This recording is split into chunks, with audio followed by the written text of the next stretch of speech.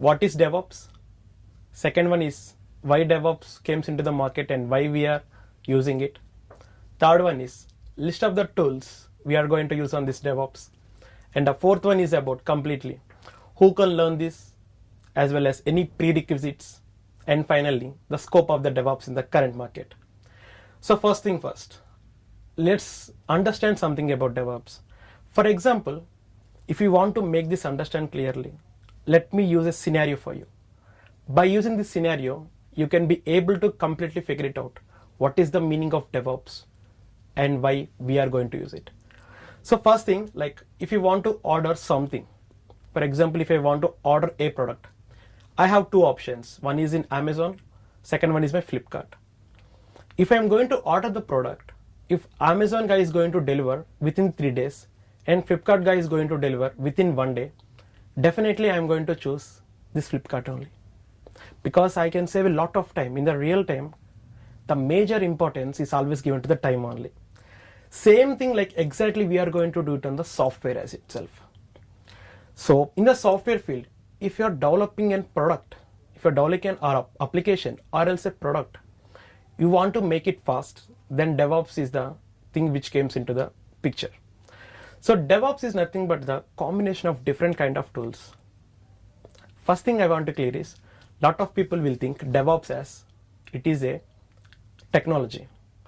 Some people will think it as it is nothing but some of the tools which we are grouping. But it is not the right thing, guys. DevOps is something called as a cultural movement in the software organization. If you want to develop a particular product, you need to work with different kind of teams. So by using DevOps, you are going to bring the all teams together and work with them, and you are going to release the product fastly into the market. So here we are going to work with majorly two teams.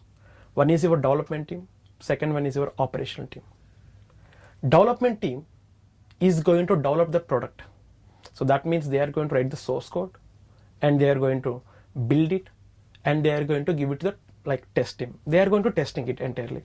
So once it is done from the development end, it is going to comes to the operation team. So operation team will take the code from the developers and testers, which they have developed and tested on their locally. So then we are going to make it available to the end user by using the deployment types. So this is what you call as DevOps. And one more thing, DevOps is a culture. We are going to say it simply. And again, sir, why we need to use a DevOps? There are totally n number of alternatives. If we talk about few of the alternatives, one is your waterfall model, after that agile, all these are going to be the alternate for DevOps. But among them, compared to all of these, DevOps is going to have a large number of uniqueness as well as large number of n number of what we call it as simply your advantages. Okay, when you place a waterfall method as well as your agile method as well as your DevOps side by side, DevOps is going to definitely have a large number of advantages. So it is the thing which makes our product easily available on a short span of time. Sir, if I want to learn DevOps, do I need to learn all the tools? It is not really necessary, because on DevOps lifecycle, you are going to totally have 8 number of stages. One is your plan, code, build, test, and after that release, deploy, operate, and monitor.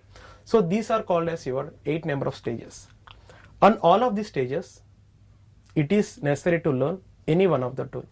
For example, if I talk about stage called code, here you are going to use GitHub, GitLab, or Bitbucket.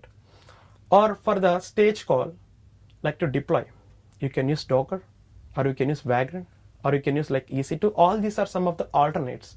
So depending upon the current cycle you are running, which stage you are, so you need to learn any one of the alternate tools. So okay, like if I want to learn DevOps, do I need to have some previous knowledge, or do I need to work somewhere else before this? No. The prerequisite for this course is, if you have a good knowledge on Linux and if you have a good knowledge on AWS services, it is fine. But again, if you don't have also, in DevOps